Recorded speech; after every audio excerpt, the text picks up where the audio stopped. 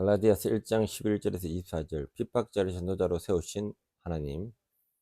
이 본문은 사도 바울이 자신의 사도직과 복음 출처가 인간이 아닌 하나님으로 왔음을 변호하는 부분입니다. 기도하고 돌아가겠습니다. 주님 감사합니다. 말씀을 깨닫게 도와주시옵소서. 예수님 이름으로 기도드립니다. 아멘.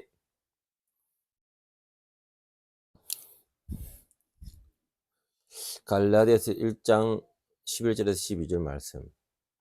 형제들아 내가 너희에게 알게 하노니 내가 전한 복음은 사람의 뜻에 따라 된 것이 아니니라.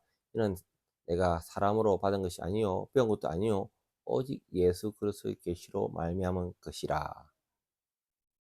바울은 자신이 전하는 복음은 인간 인간적이지 않다는 겁니다. 이 복음은 배우지 않았고 사람을 통해서 배우지 않았고 예수 그리스도의 직접 계시로 받은 것이라고 주장하고 있습니다.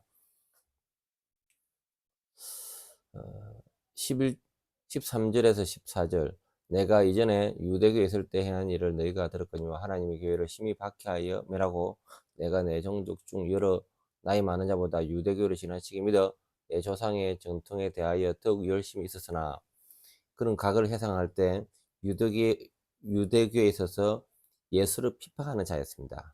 그러나 지금은 회심인 겁니다. 그런 자신을 고백하는 겁니다. 15절에서 16절 그러나 내 어머니의 태로부터 나를 택정하시고 그의 은혜로 나를 부르신 이가 그의 아들을 이방에 전하기 위하여 그를 내 속에 나타내기를 기뻐하였을 때에 내가 곧 혈육에 의논하지 아니하고. 바울은 자신이 어머니 태로 하나님께로 택정되었음을 밝힙니다. 하나님이 주권적으로 바울을 선택하시고 그를 은혜 가운데서 이방인에게 복음을 전하게 하셨던 겁니다. 여기서 내가 곧 혈육과 의논하지 아니하고 최근에 상담을 했는데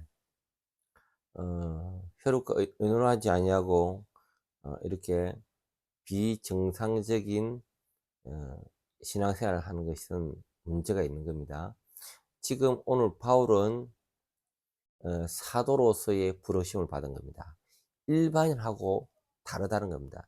그는 신적인 하나님의 계시와 그리고 능력이 하나님 통해서 받은 겁니다. 그러나 우리 일반인들은 이러한 삶과 신앙의 균형이 돼야 됩니다. 이 부분이 균형이 없이 삶이 피폐하고 그런 사람을 최근에 제가 상담받았는데 하여튼 바울은 하나님께서 직접 부르신 우리 보통 사람의 범주가 뛰어넘는 그러한 특별한 사람입니다. 그리고 1장 17에서 21절 또한 나보다 먼저 사도된 자를 만나려고 예루살렘으로 가지 아니하고 아라비아로 갔다가 다시 다메섹으로 돌아가노라.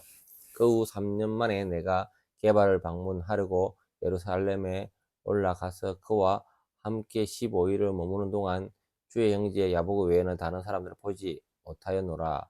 보라 내가 너희에게 쓰는 것은 하나님 앞에서 거짓말이 아니로다. 그 후에 내가 시리아와 길릴리아의 지방에 이르렀으나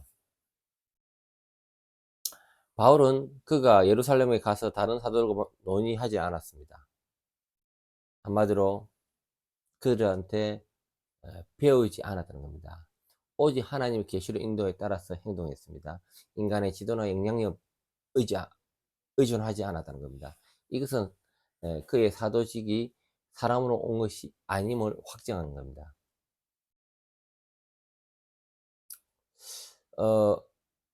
17절 부분은 제가 마지막에 한 번 더 강조하면서 어떤 내용을 더 보충하도록 하겠습니다. 22절에서 24절 유대에서 그리스도의 교회들이 나를 얼굴로는 알지 못하고 다만 우리를 박해하던 자가 전에 멸하려고 그 믿음을 지금 전한 다음을 듣고 나로 말미암아 하나님께 영광을 돌리니라. 바울은 유대 교인들이 자신을 알지 못했지만 자신에 대한 들은 것을 그가 이전에 핍박하던 믿음을 이제 전파한다는 소식이었다는 걸 언급합니다. 이 일로 하나님께 영광을 돌렸다고 합니다. 과거에는 핍박자, 지금은 전도자로 바뀌었습니다.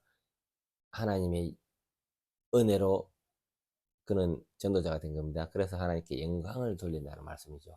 아, 그리고 아까 전에 17절에 바울이 아라비아로 갔다가 다시 다메섹으로 갔노라의 이 의미에 대해서 조금 더 알아보도록 하겠습니다. 첫 번째 독립적인 사도적 사역과 하나님의 직접적 계시. 바울은 아라비아를 가지 않고 예루살렘에 가지 아니하고 아라비아로 간 것은 그가 아라비아 반도에서 주님과의 대화가 있었습니다. 주님과의 직접 가르침이 있었습니다. 그는 사도라는 것은 일반인하고 다릅니다. 신적인 영역까지 주는 겁니다. 그가 복음을 전하고 그가 어떤 성령의 능력이 다 하나님으로부터 온 것이기 때문에 그를 영적인 준비와 훈련이 필요했던 겁니다.